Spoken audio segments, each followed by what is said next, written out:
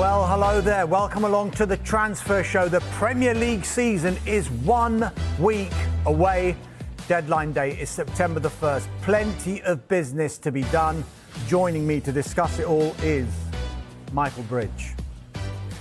Now, Manchester United's pursuit of a striker is almost complete and they're going big. We'll be discussing Benjamin Sesko's arrival at Old Trafford. Alejandra Garnacho is one of the big names United are looking to move on, and Chelsea wants him. We'll be discussing that and much more, including news of Yoane Wissa. He's been looking for a way out of Brentford for weeks, but will it happen with time running out in the transfer window?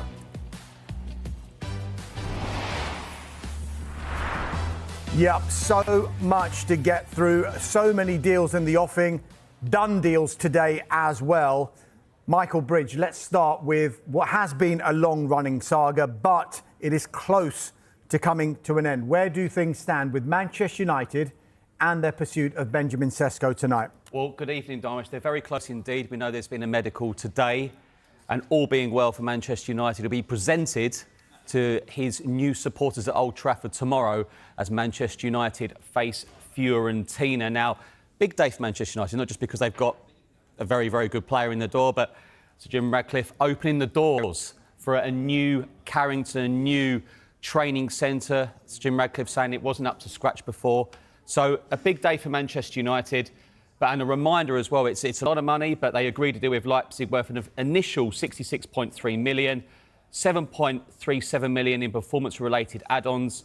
So it's a big, big move for him. Ruben Amorim said time after time after time last season, they need a bit more on their forward line, and that forward line is going to look very different next season. You mentioned very different. Matheus Cunha, Bryan Mbeumo, and imminently Benjamin Sesko. They've gone for it, haven't they? They've spent big in this window, haven't they? They have. And look, it's unheard of to think of Manchester United not in Europe, but maybe just 1 year for a reset. We know Ruben Amorim said constantly, time after, even when he was at Sporting, he likes to join clubs in pre-season. He doesn't like joining mid-season. And he said it when in his press conferences here. They were very close to winning the Europa League. It was a very poor league position, but they have this reset now. And it's a very formidable front three. Matheus Cunha's been there for some time. Bryan Mbeumo's been done for a while. He was on that tour of the United States. And now Benjamin Sesko. So it's a new-look United. They've spent big money and they're going for it. You say they're going for it. I mean, Benjamin Sesko, for one, made it very, very clear that it was Manchester United and that's all he wanted. Now, that's impressed United, hasn't it? Yeah, because we talk about players wanting to play in Europe and Champions Leagues. Man United had none of that to offer. But you do wonder, he's 22 years of age. We might be sitting here in 12 months' time talking about Manchester United being back in the Champions League. We don't know. I think it's more about, I think it's a thank you to Sir Alex Ferguson, really. I mean, it's Manchester United. It's a historical football club. It's still one of the biggest clubs in world football. And there's that excitement there from Sesko, and I'm sure that's it. You know, Newcastle couldn't have done any more. And I think we've got to say that for Newcastle. They put in big money, big wages, but ultimately, he wants to play for Man United. Look, Sesko's imminent arrival is going to have repercussions elsewhere in that squad because it's going to throw further doubt on Rasmus Højlund's future, Michael. Clearly, his game time is going to be impacted by Sesko's arrival. Look, RB Leipzig did want to bring in Rasmus Højlund on loan, but he's been very bullish, publicly at least, about wanting to fight for his place in the Manchester United first team. However, it is now thought that bids of around £40 million would be considered by Manchester United for Rasmus Højlund. Now, interestingly, he wasn't one of those 5 players that we were talking about throughout this transfer window that Manchester United were willing to listen to offers for. Marcus Rashford, Jadon Sancho, Tyrell Malacia, Anthony and Alejandro Garnacho. Let's talk about Garnacho because there have been developments, haven't there? There have been developments. One thing we've known all summer is that Chelsea like the player, but Manchester United want £50 million to sell Alejandro Garnacho this summer. It's not as if they don't think he's a good player. It's just it looks like he needs to move on in terms of maybe the relationship he's got with Ruben Amorim. He was very unhappy with his Europa League final snub. He's made that very public. But the key from Chelsea's point of view, they think they can sign Garnacho for less than Manchester United's asking price. But there hasn't been a bid yet. And going back to Manchester United's side, he's got 3 years remaining on his contract at United. You feel that this probably will get done, but for what price, we'll have to wait and see. Yeah, Manchester United valuing him at £50 million because they'll look at other players that have gone for that amount as well, the likes of Anthony Elanga from Nottingham Forest and Newcastle, Noni Madueke, who actually left Chelsea for Arsenal. But I mentioned a couple of those other players. Jadon Sancho and Anthony are two of the big ones that potentially could bring in money for Manchester United.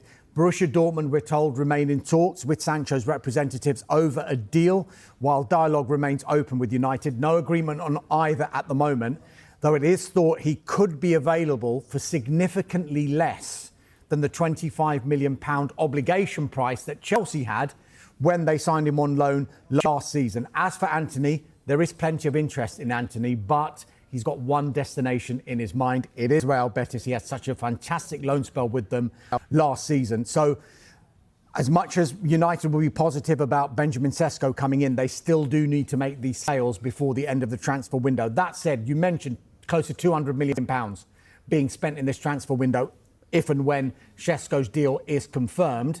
But are they stopping there? Well, I don't think they will. I mean, I think the key for Manchester United is getting those players out, the ones you've mentioned. I think Marcus Rashford to Barcelona is a great move for him. It's wages as well. It's not just necessarily transfer fee, it's big wages they're on. What else do Manchester United do? When I look at Manchester United, I think, brilliant. That new forward line, great. But then I look at the midfield. Needs a bit of a revamp. And obviously there's talk of interest in Carlos Belver in the midfield from Brighton. We know, as you've mentioned, interest in Donnarumma from PSG. We'll wait and see if that happens. I think that would be an upgrade on Onana. I'm sure that would be as well. So they still need to do business, Manchester United. However, you look at so many clubs and you think, are we ready for the start of the Premier League season? You'd say probably 18, 19 would say no. But are you ready for day one? They'll say, let's give it a go. You say, let's give it a go. You talk about Belieber. I mean, there's one thing being interested in Carlos Belieber, but Brighton are fantastic sellers and they do not want to sell. They insist he's not for sale. He's still got 3 years left on his contract. He's got the option of a further year. Brighton are under no pressure at all to sell Carlos Belieber. But it is clear that Manchester United are not done in this transfer window. We'll be talking about United a little bit later on in the show, I'm sure. But another big story that is emerging this evening is concerning Chelsea. We've been speaking about Chelsea's pursuit of Alejandro Garnacho. They are looking to make a number of sales in this transfer window as well. Now, the man behind us here, Nicholas Jackson, lots of talk about Nicholas Jackson in this transfer window. He has now told Chelsea that he wants to explore his options outside of Chelsea. So he wants to look at other clubs and whether there is interest in him, of which there is a lot. Chelsea are playing Bayer Leverkusen as we speak in a pre-season friendly. It kicked off at 7 o'clock. The team news was interesting, and it is clear that Nicholas Jackson is not part of the plans either from the Chelsea end, because Nicholas Jackson, Christopher Nkunku, both not in the matchday squad. They are two of a number of players that Chelsea are looking to consider offers for, and they have had a lot of inquiries, unsurprisingly, for Nicholas Jackson. Bayern Munich, Juventus, AC Milan have all explored the conditions of a deal. Newcastle are just keeping an eye on his situation. He would be a good signing for anyone who could get him, wouldn't he? Yeah, and then Chelsea have to hurry up. He's only got 8 years left on his contract. Look, this is the model Chelsea have done, and it's working for Chelsea. They've had a great few months, so it's an interesting one because Chelsea have a lot of games next season. Of course, they're back in the Champions League. They've gone from Conference League to Champions League. They see themselves as a Champions League club, rightly so. They've just won the World Club Cup. And they'll value him highly. So, I think that will go on for quite a bit of time, Nicholas Jackson, because he's got interest, as you've said. Yeah, the game time's limited, isn't it? Because of the signings that they've made in this window. Yeah, but, is João Pedro an out-and-out striker? How long will it take Liam Delap? Do you expect Liam Delap to play Saturday, Tuesday in the Champions League, Sunday, Wednesday? I think he'll still play at Chelsea, but does he have that feeling now, like, I don't feel like we know what strikers are like. They all like to feel like the number one, and he probably feels like a number three at the moment. That's a really good point. So Chelsea, as well as these players who they're trying to bring in, we've talked so much about these departures. It's going to be so important because Enzo Maresca's always said he wants to work with that squad that is going to be available to him every week. He doesn't want the adjoining pitch having another 10 or 15 players that he doesn't want involved in the squad, is he? I really enjoyed listening to Enzo Maresca last season, and he was quite ruthless. He did it a year ago with Raheem Sterling. Players have moved on. He bought Kieran Dewsbury Hall, didn't work out, and he's sort of worked out the players who are ahead of him, but he's still got a good move to Everton. They still got good money, you know, and Chelsea sell well, and I expect them to sell well again if Nicholas Jackson does leave. Yeah, so Nicholas Jackson, currently a Chelsea player. Alexander Isak is still a Newcastle player, but for how long? We'll look at a difficult summer for Eddie Howe and his squad. That's up next.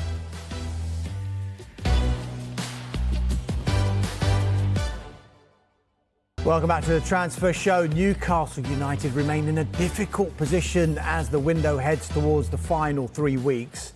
We know about Alexander Isak's desire to join Liverpool and Newcastle's own efforts to bring players in.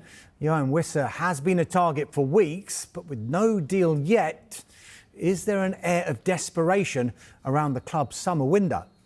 That word desperate is where Newcastle are at. Of course, they've got the issues with Alexander Isak. He won't feature here tonight against Espanyol, nor tomorrow in the friendly against Atletico Madrid. As we know, he's been training on his own. And of course, that leaves Newcastle with just one striker in their ranks, and it's young 21-year-old William Asula. So if Isak was to go, Newcastle need two, so it would be Wissa and one more. But so far, any move for Wissa has been protracted. It's been difficult for them to agree a deal with Brentford. I think, one, because Brentford have lost a number of players themselves this summer already, and two, Newcastle have been unable to agree a fee.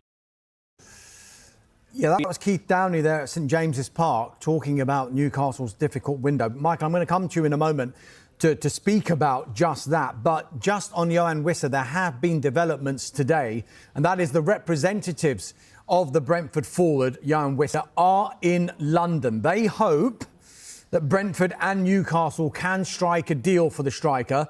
There are likely to be developments one way or the other after the weekend. We are told that Newcastle are ready to move quickly for Yoane Wissa once Brentford can secure a replacement. Now, Brentford are interested in a number of forwards to replace Wissa, but also need, of course, to replace Brian Mbeumo, who went to Manchester United. They've earmarked Bournemouth's Dango Utara as a replacement for Mbeumo. There's all sorts of talk about interest in Ipswich Town's Omari Hutchinson as well. They've already gone in for Wissa, remember, £25 million. That was rejected. But Wissa, significantly, has made it clear over and over again he wants to leave, he wants to join Newcastle, and he's ready to travel as soon as he's given the green light. Brentford are in action tonight against Borussia Mönchengladbach. The matchday squad, unsurprisingly, does not include Yoane Wissa. So, Michael, let's talk about Newcastle then. It has been a very, very frustrating window, a very, very difficult one. This was supposed to be the window, wasn't it, when they were going to go for it? Champions League football back at St James's Park. A first trophy in over 50 years back to St James's Park. It just simply hasn't worked out that way. It's unbelievable, really. I mean, I remember hearing a quote from Amanda Staveley, who's obviously no longer at Newcastle, when Newcastle won the League Cup, and she said this will be just the beginning for Newcastle United. But they've done so well over the last few years in terms of recruitment, and it all started with Kieran Trippier. Then you've got Bruno Guimaraes, who's been absolutely brilliant. Sven Botman's been great when he's fit. Timo Livramento, Lewis Hall, Anthony Gordon. Sandro Tonali's back and brilliant. Isak's been a great signing. But then all of a sudden, it's stalled this summer, and it's so incredibly hard. But, you know, obviously, Eddie Howe and Newcastle are shopping in the same window as other clubs, and they've seen that, and it's been ever so frustrating. I don't think Eddie Howe could have done any more. He's such a great talker, and he's got everyone respects him, and It's just one of those, it's been incredibly frustrating. But all I could say really is that the window is not over, and I'm sure Newcastle will do plenty of business. You say do plenty of business. I mean, the shadow that is Alexander Isak continues to hang over the rest of their window, because it's almost got to a point where do they need to start spending this money in the knowledge that at some point Isak might be leaving the football club? Well, I think, as Keith has been saying all week, they need players alongside Isak, and they need more. I keep going back to it. The European campaign for all these clubs, it's going to be relentless. And when Newcastle did get in the Champions League last time, their league form suffered, and that season they missed out on Europe. So it's going to be relentless for clubs like Newcastle, so they're going to need more. Visser clearly wants to go to the football club, and then they need one more, that striker. We talk about Newcastle United shopping in the same market as some of these other big clubs. Not only clubs who are in the Champions League, but, as we've seen this week, clubs like Manchester United, who may have finished 15th, but there is still that pull of Manchester United. We've heard that Sesko only wanted to go to Manchester United. So it wasn't anything to do with Newcastle. It wasn't a case of snubbing Newcastle, but it was a case of wanting to play for Manchester United. But what Newcastle have got at the moment is a bit of an uncertain structure, if you like, because no sporting director, no chief executive. How much can that add to the uncertainty? And for players who are wanting to join a club thinking, actually, is everything fine at this football club or not? But you've got to get the right sporting director as well, don't you? Because when Dan Ashworth was there, it looked like he'd signed some really good players.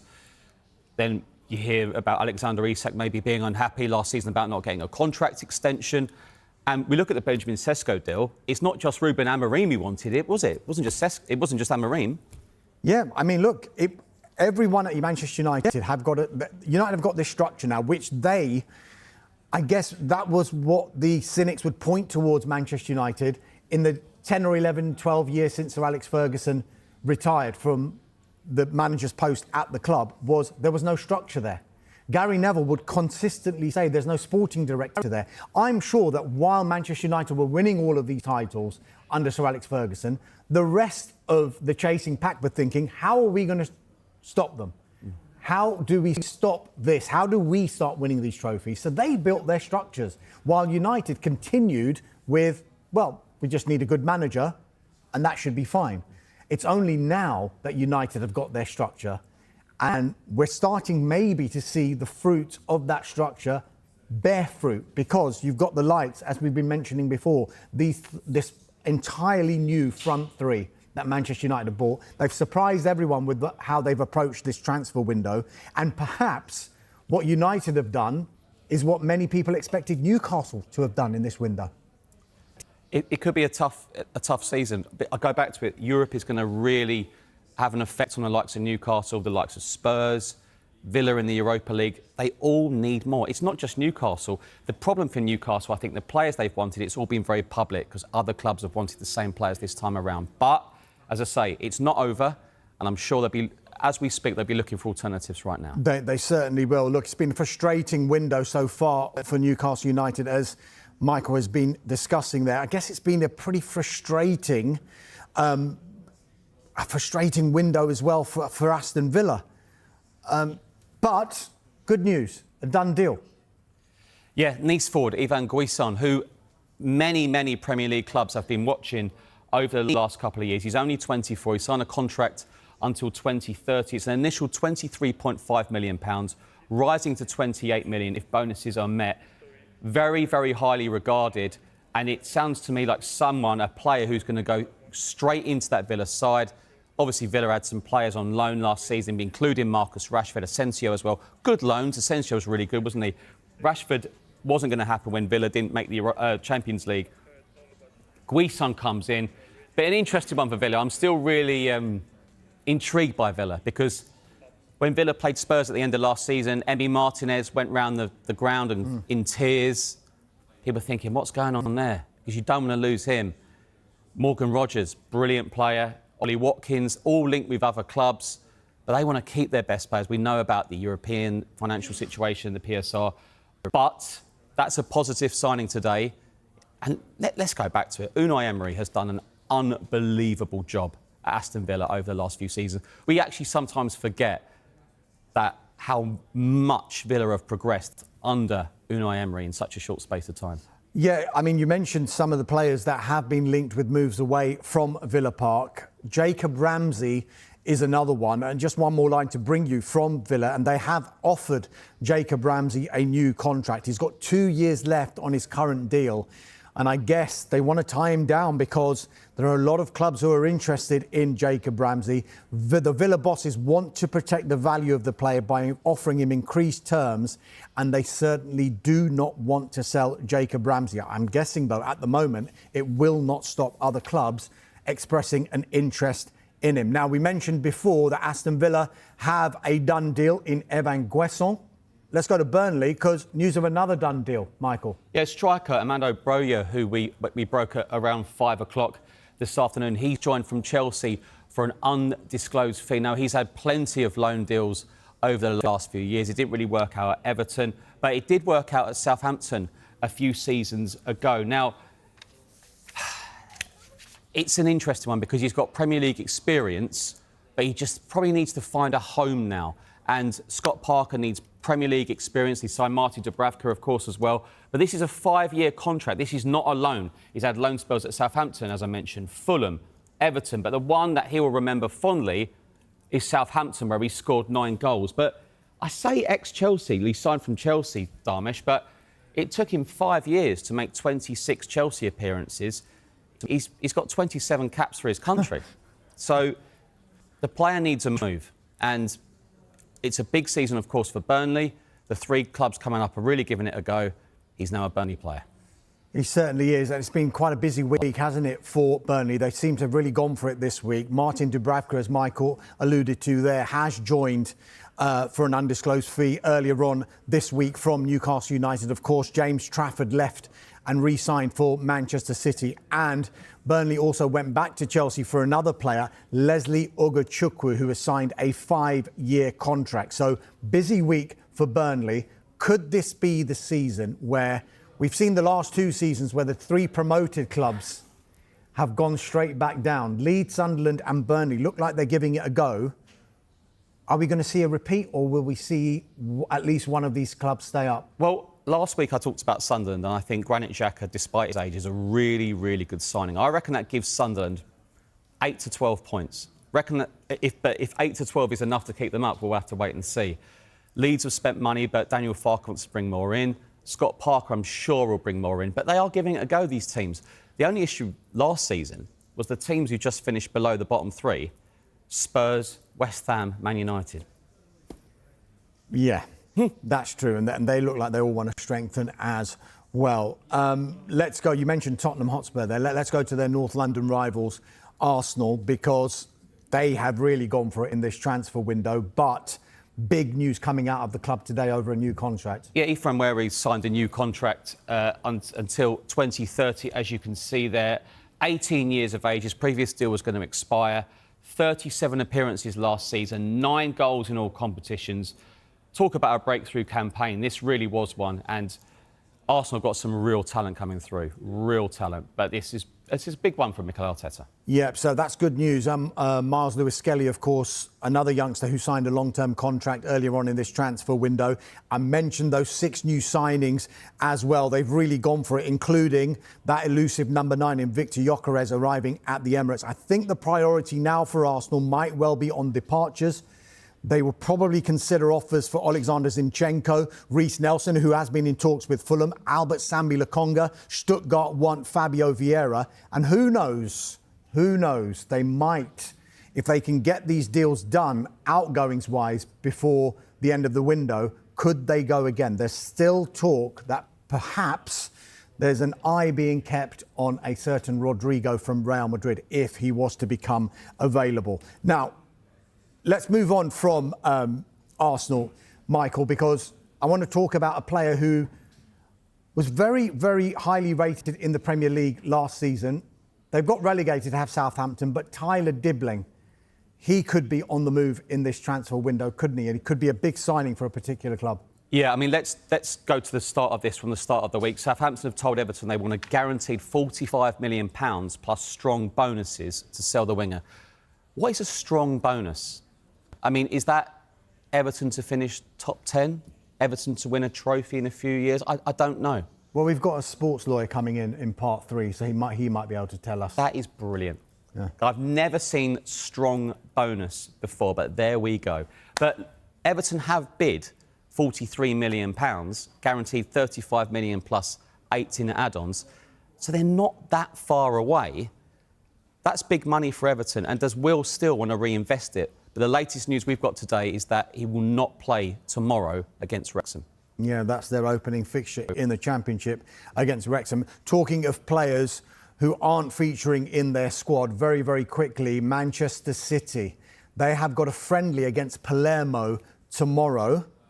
Jack Grealish, James McAtee and the keeper Stefan Ortega have all been left out of City's squad for that game. We do know that Grealish, we mentioned Tyler Dibbling there, he's attracting interest from Everton as well. Likely to be a loan late in the window, you would think, because of his big wages. Manchester City have already rejected a bid from Nottingham Forest for James McAtee, while Crystal Palace have also shown an interest. Ortega expected to leave City after the arrival of goalkeeper James Trafford from Burnley, but that man, Jack Grealish, I think we'll be talking about him in the final 3 weeks of this transfer window. Now, a deal is agreed to take Darwin Nunes from Anfield to Saudi, but will it go through? We'll hear from Arne Slot next. There's news from every Premier League club, and there's that sports lawyer for you.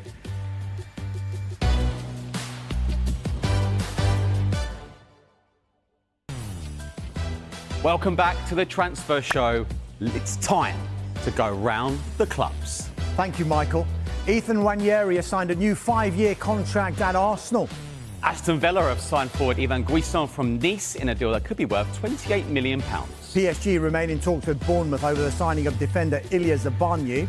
The deal is understood to be close. Brentford are interested in signing Bournemouth winger Dango Utara. They're one of several interested clubs in the 23-year-old forward, and an approach to Bournemouth is expected. Brighton do not want to sell midfielder Carlos Baleba amid interest from Manchester United. Burnley have signed Armando Broja from Chelsea for an initial £10 million.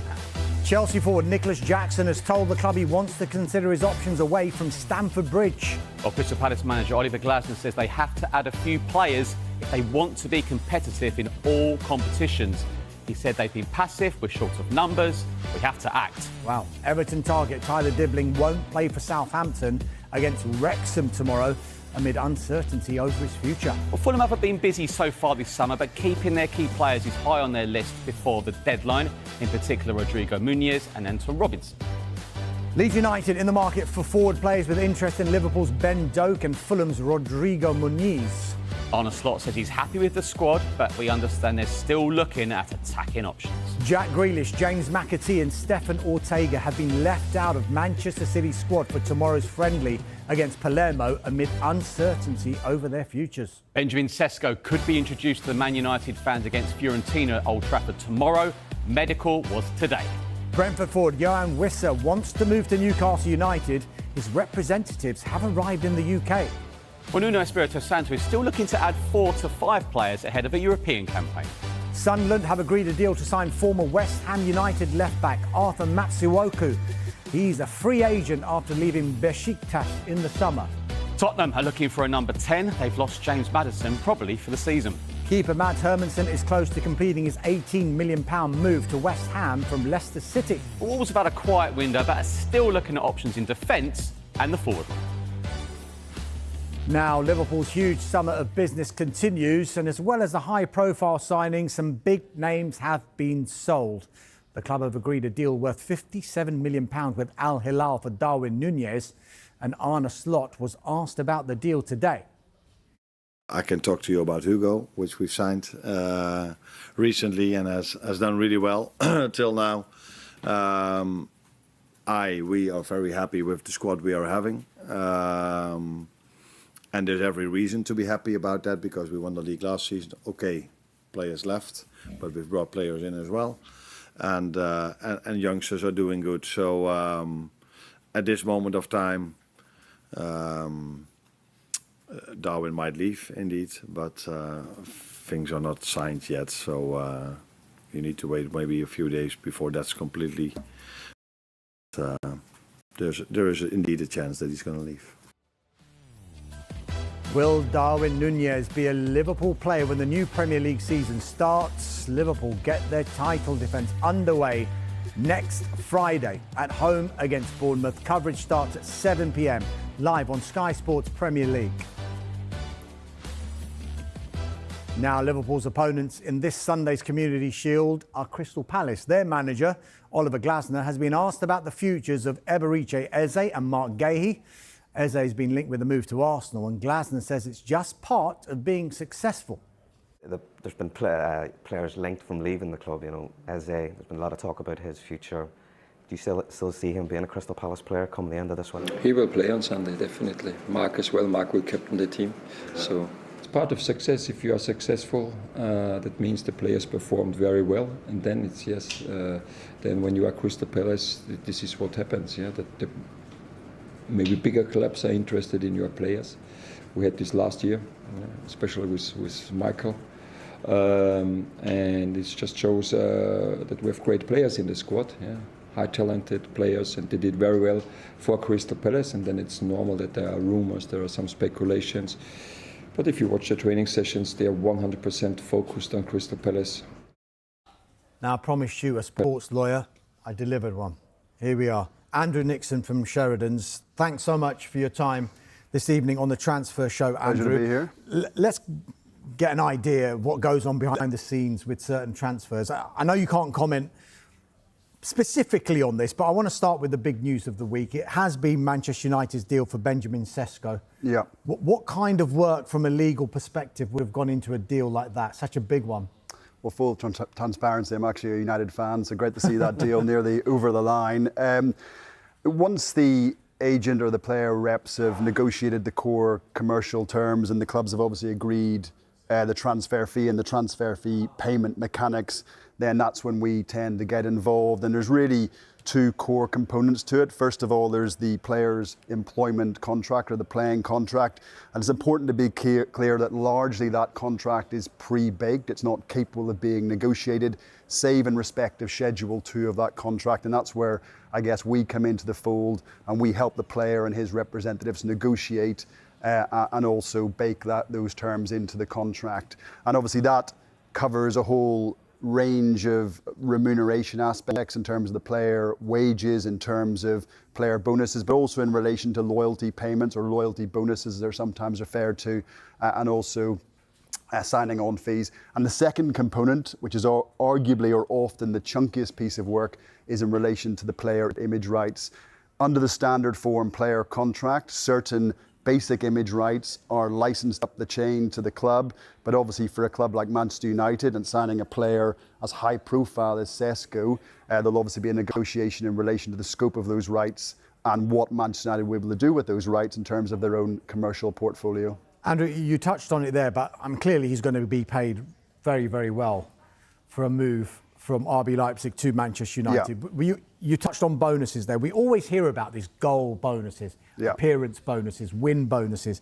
Are those kinds of bonuses still prevalent in modern contracts, or is it more a team ethic where these bonuses are gleaned from? No, I mean, performance pay has always been part of the picture, and in fact it remains prevalent now, and in fact increasingly so, particularly with the advent of data and analytics, I guess, feeding into how these deals are done.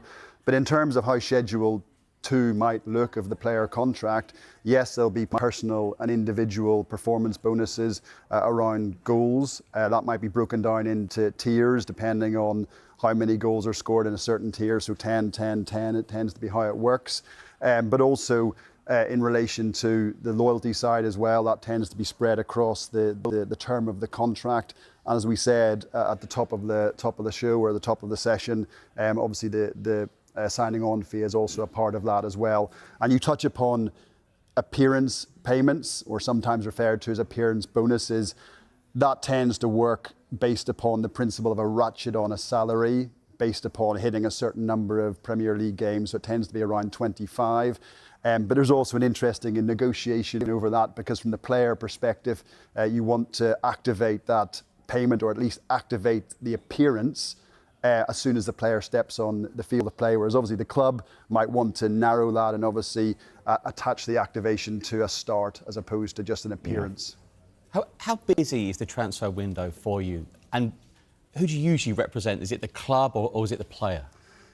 Dealing with the second question first, we tend to work player side, and that's really just a case of supply and demand, because obviously most of the clubs are obviously very well serviced by excellent in-house legal teams and excellent in-house football operations departments. So just by dint of the market, that tends to be where our flow of work comes from.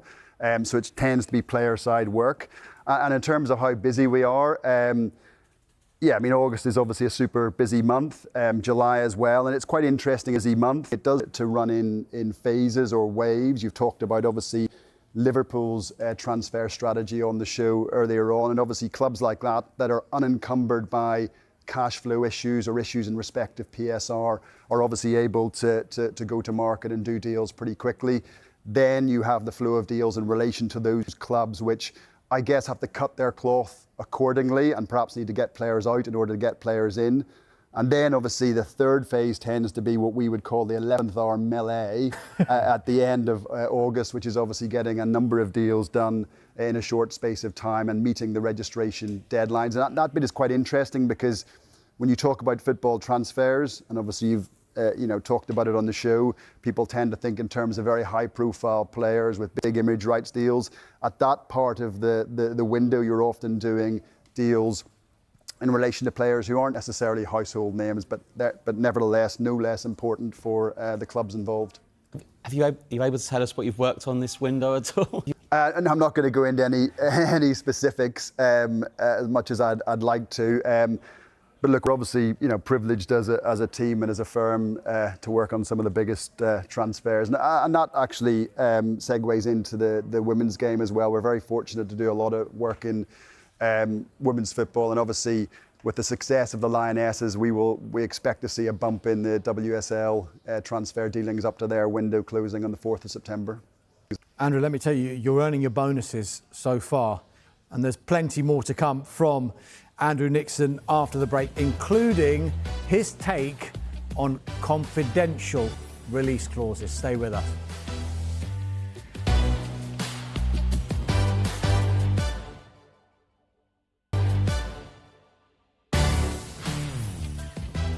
Yeah, welcome back to the Transfer Show. Michael Bridge is still here, and he's been discussing his image rights with the sports lawyer from Sheridan's, Andrew Nixon, who is still with us. Andrew, just give us an idea what represents the biggest challenge as a sports lawyer for you during a transfer window.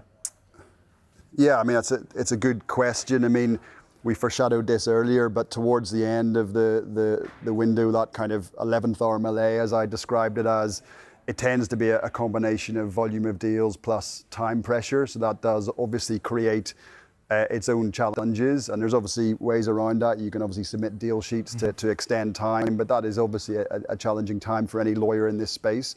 Beyond that, in terms of more high-profile deals where there isn't time pressure, albeit there's always time pressure in reality, it is quite often working out and pulling in all of the different network of advisors that work on these deals. As the lawyer in these deals, you tend to be at the epicenter of it, but you're also pulling in commercial advisors and obviously tax advisors, particularly in relation to the image rights structuring piece, but also increasingly, and this is really fascinating, and I mentioned this earlier, is in relation to data and analytics advisors who play a role in terms of potentially ratcheting up the value of the contract because they're able to demonstrate and provide evidence to clubs as to the players' on-field value, future-facing, but also the players' off-field value, future-facing. So kind of dealing with that kind of network of advisors is obviously a challenge, albeit it's one we're pretty equipped to deal with now. Fans often get frustrated about deals taking their time. Yeah. What can you tell them? Be more patient. Well, yes, there's patient. Get that, because obviously football and sport in general is obviously an emotional thing. But if you look at it through my eyes or the eyes of any lawyer, you look at it very dispassionately. And when you take a step back, the reality is you're dealing with a transaction which involves the sale and acquisition of a very significant asset. in consideration for very significant sums of money, cumulatively often tens of millions of pounds, and add into that a web of legal and regulatory and tax issues, you have a very complex deal and deal structure. So when you look at it through that lens, actually when you think about it, these deals get done incredibly quickly, and a lot of that is down to the brilliant work that clubs do and football operations teams at clubs do. So whilst I get the kind of the emotional fan's eye element, the reality is these deals get done pretty quick. What about clauses then? How time-consuming can they be, and problematic? There must be some strange clauses. Yeah, I mean, the negotiation of a contract, throughout the course of it presents its own challenges because so many of these provisions are robustly negotiated. But if you were to kind of identify a couple, relegation clauses can be a real challenge, particularly certain clubs who maybe further down the Premier League pyramid obviously need to protect themselves against a relegation event. And obviously that often means or could mean players obviously suffering a significant deduction up to maybe 50% of their salary and remuneration. So those clauses can be challenging to negotiate. And obviously, I think you foreshadowed this earlier before the break, release clauses as well, sometimes referred to as buyout clauses, albeit there are subtle differences between those two. But release clauses can be challenging. There's no question about that, and how you set that release clause. I want to pick up on that because on a particular case in this transfer window, I know Michael Bridge is still haunted about this one. Tottenham Hotspur thought they got Morgan Gibbs-White, and the Nottingham Forest said a confidential release clause effectively had been breached. Have you heard of confidential release clauses, and how easy is it to keep a release clause confidential? Well, every clause of a contract is confidential unless it is expressly stated not to be confidential. So there's your legal starting point. I mean, it is you've actually hit upon the really kind of challenging aspect here because obviously if you set a release threshold, then applying a dose of logic, you would want or expect other clubs to be aware of that, because obviously there's a reason why that threshold has been set at that level. But equally, if you look at it from the club's perspective, you can see why they would want to keep it confidential. But ultimately, if you're going to create or set a release threshold, then there doesn't seem to be a huge amount of point in cloaking that in confidentiality, which is actually, it's really important to be aware of that when you're negotiating player side, because if you don't tackle that, then it generally will just be caught by the confidentiality provisions in the contract. Time has caught us up, Andrew. Thank you so much for Pleasure. your time. Michael, terrific image rights. Before we go, a big story coming out of the WSL this evening. We understand London City Lionesses have made a formal offer for the Arsenal forward Beth Mead ahead of their WSL debut campaign. The London City Lionesses want to buy England's Euro 2025 winner. Now, the Mead helped Arsenal win the Champions League, of course, last season. We understand it would take a significant offer for Arsenal to consider selling. The EFL started last week. The Championship starts tonight. Birmingham against Ipswich, and it's live.